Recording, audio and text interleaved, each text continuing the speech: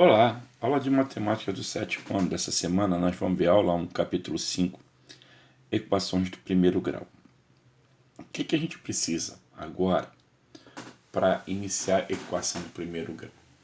Na verdade, a gente vai começar a construir uma relação entre sentenças, entre problemas e números.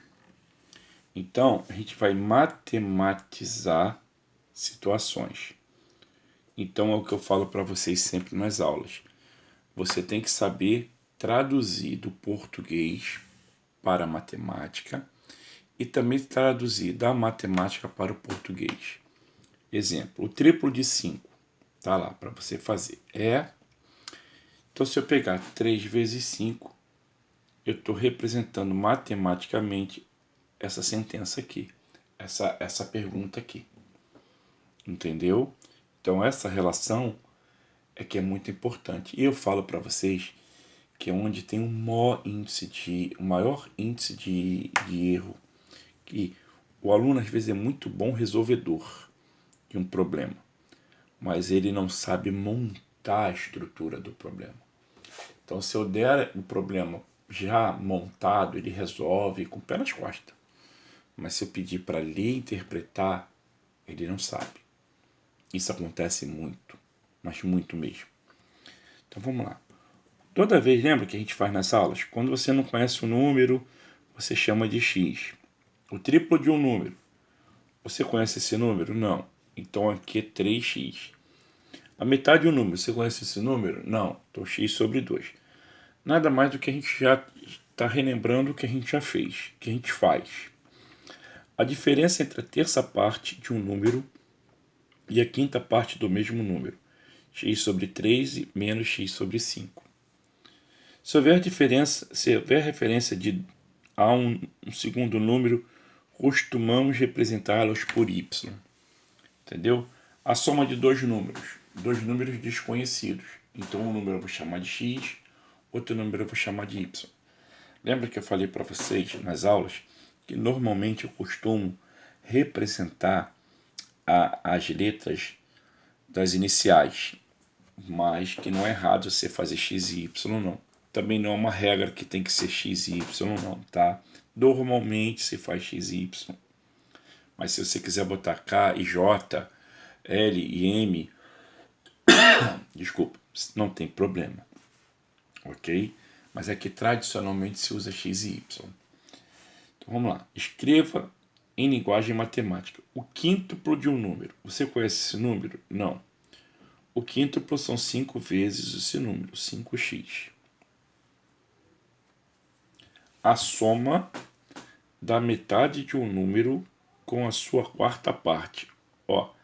A metade de um número, esse número dividido por 2, mais a sua quarta parte, mais o número dividido por 4, a quarta parte do número. A soma da metade do número, tá? Com a quarta parte. Ok? Então vamos lá. Valor numérico. O que é o valor numérico? O valor numérico de uma expressão é o seguinte: as letras vão embora. Tudo que é letra tem que virar número. Ou seja, o resultado final tem que ser um número. Então é o resultado obtido quando as variáveis, ou seja, as letras, são substituídas por números. São esses números quaisquer? Não. Esses números vão ser números pré-determinados. Ok? Então, por exemplo, se eu falar que Pedro tem o dobro da altura de Caio. Então, se eu falar assim, Pedro tem o dobro da altura de Caio. Certo? Caio. Se eu falar que Caio tem 1 metro, Pedro vai ter 2. Se eu falar que Caio tem 3 metros, Pedro vai ter 6 metros. 3 vezes 2, 6, entendeu? Então, o que acontece?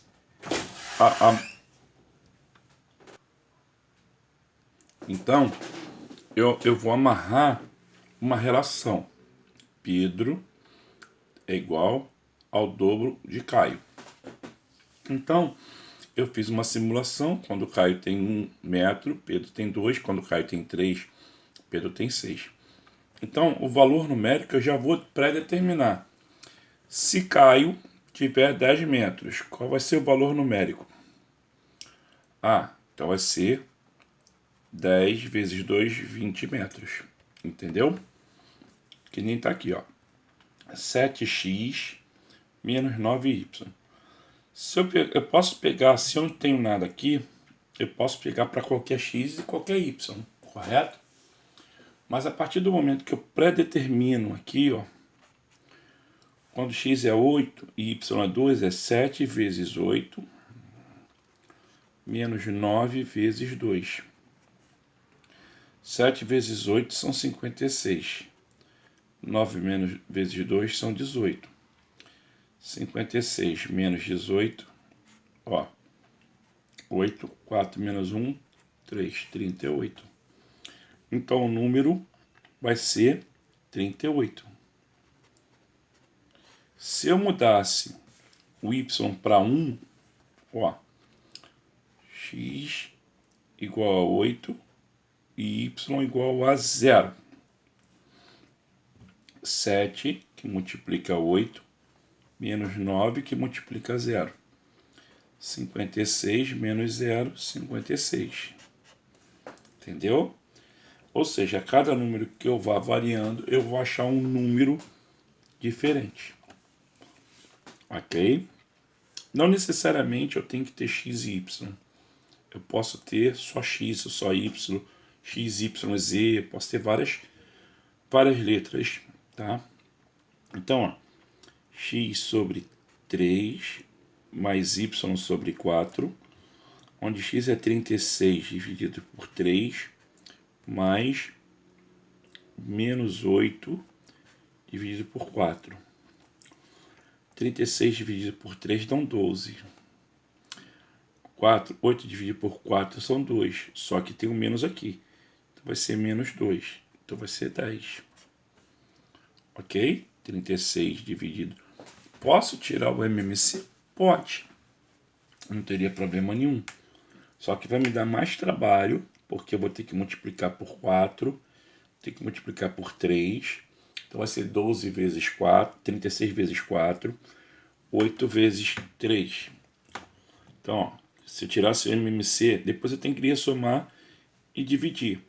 Ó, 36 sobre 3 mais menos 8 sobre 4. Seria 4 aqui, 3 aqui. 6 vezes 4, 24, vão 2, 12, 14. 144 menos 24, né? Porque 8 vezes 3 são 24, menos com mais fica menos, sobre 12. 144 dividido menos 120, menos 24 dá 120. Dividido por 12 dá 10. Acabou. Daria a mesma coisa. Sou obrigado a tirar o MMC? Não. Mas se eu quiser eu posso fazer. Ok? Vamos lá. Agora a gente vai ver monômios. O que são monômios? Toda relação de letra e número, tá? A gente chama de expressão algébrica. Então, se eu tiver letras apenas, ou letras e números, sem sinais de adição ou subtração de outros termos, entendeu? Eu tenho um monômio. Por exemplo, se eu tiver isso aqui, 5x mais 7, isso aqui já não é um monômio, já é um binômio, porque eu tenho soma e um outro monômio, entendeu? Então são dois monômios somados dá um binômio. Então isso aqui não é um monômio. Monômio é apenas uma expressão. A, 5A, 5AB, entendeu? Isso aqui tudo é monômio. Então monômios são expressões algébricas constituídas apenas por produto de letras ou números e letras. Então, ó, menos 5x2y ou menos 5x2y. é um monômio.